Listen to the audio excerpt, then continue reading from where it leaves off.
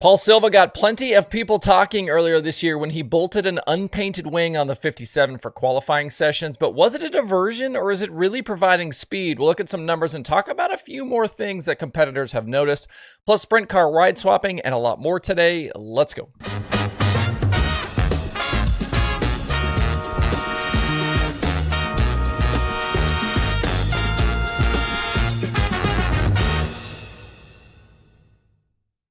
It's Wednesday, April 16th. I'm Justin Fiedler. This is DIRTRACKR Daily presented by Kubota Genuine Parts.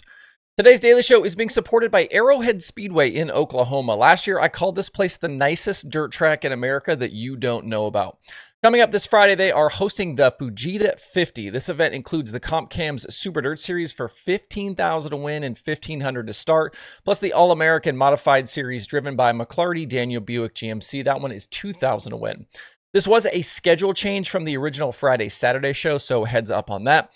Strong Fields will be in attendance for all divisions, and on the late model side, that includes all the Comp Cam Super Dirt Series regulars, plus some other big names are expected. That includes Jonathan Davenport, you may have heard of him, Logan Seavey, new World of Outlaws winner Ethan Dodson, and Cade Dillard.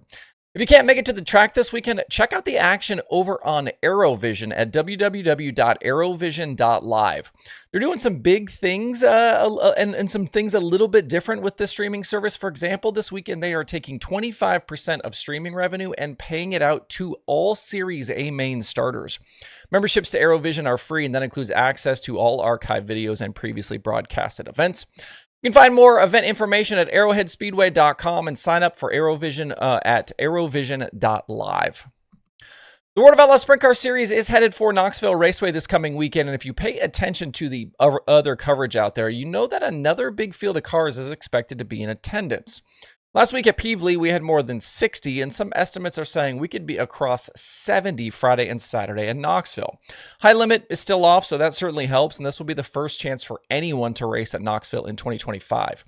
Even their weekly guys haven't hit the track just yet. Teams will have a practice night Thursday before racing Friday and Saturday.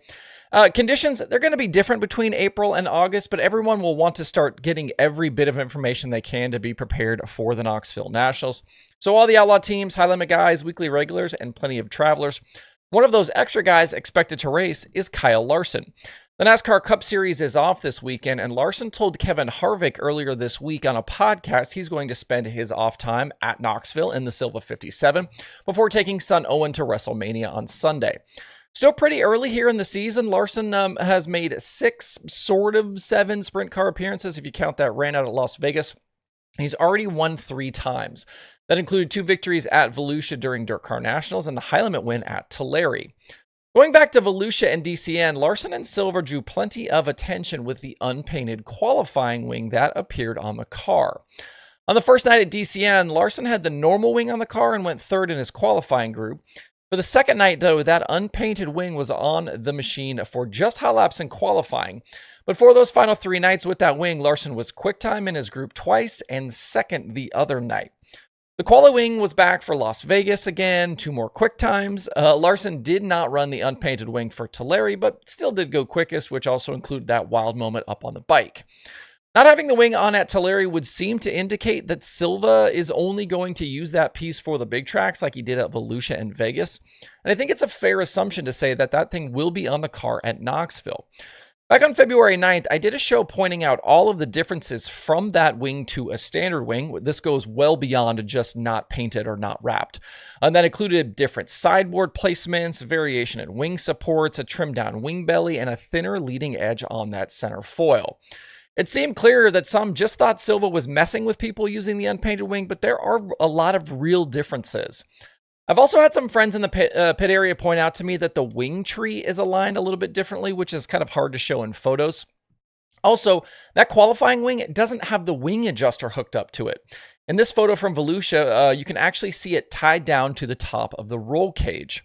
Once the white wing goes on, the adjuster, though, hooked back up. And I've looked through a bunch of video this morning of different cars and photos, and I can't find other examples of sprint cars where that slider ram isn't hooked up. If we look at Larson's qualifying stats, what we've seen this season is dramatically better than what he did in 2024. In 11 Outlaw races last season, he had just 1 quick time and an average time trial spot of 11.3. Things better with high limit last year, but still just one quick time and an average of 6.23 in 16 races. This was clearly something they were looking at improving. And in 7 qualifying sessions this year, he has 5 quick times and an average position of 1.42. Those numbers are hard to argue with. We'll see if that trend continues this weekend when the 57 rolls into Knoxville. One other sprint car note for you, Tri-City Raceway Park in Pennsylvania posted to social media last night that Tim Shaffer will be in attendance for their race on Friday.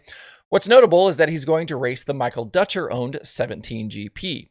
That car was just recently vacated by Landon Crawley, who then moved over to replace Jace Park and the Johnny Herrera-owned 45X. Shaffer hasn't yet raced in 2025, with his last appearances coming at World Finals driving a car for Bill Rose. The Steel City Outlaws spent much of 2024 in the Demian Rudzik 49X, but that car will be driven this season by Trey Jacobs after Cale Thomas departed to take the Shark Racing 1A after Jacob Allen retired. A lot of musical chairs in this segment. No word on if this deal will continue past Friday or if Shaffer has anything else lined up for this season. Something on the late model side I noticed yesterday that I wanted to point out as well. Arkansas driver Tyler Stevens shared to social media that he just picked up a Longhorn from Mike Marlar. And that car still has the gold 157 wrap on it, so it was clearly Marlar's car from earlier this season. We know in recent weeks that Marlar has swapped over to an Infinity chassis from Wells, and him selling this Longhorn makes me think he's decided the Infinity is definitely the way forward. You don't get rid of the old car if you aren't sure about the new one. Since switching to the Infinity for Atomic, Marlar has finished 4th, 2nd, 4th, and 3rd. Stevens, on the other hand, he was a Category 5 guy and drove that chassis as recently as this past weekend during the Spring Nationals at Wheatland. Category 5, though, no longer building new cars, with Stormy Scott going back modified racing and Jason Durham taking over as crew chief for Hudson O'Neill at SSI. Before we shut it down, one schedule change for you. The Northern All-Stars late models and modifieds, they were supposed to be at Paragon Speedway on Saturday, but because of impending weather, that show has been moved to Friday. So still racing, just moved one day earlier. The late model portion of that one pays $10,000 to win. Josh Rice has won the first 2 Northern All-Stars events this season, and he currently leads the championship. That's the show for today. If you are new around here or just aren't a subscriber, maybe consider hitting that button on YouTube or on the podcast places. You can also follow us on Facebook to get all of the same content. All of that, it's free to do. Doing so will help keep you in the loop on all things dirt racing. Hope you guys have a great Wednesday out there. We will see you right back here tomorrow.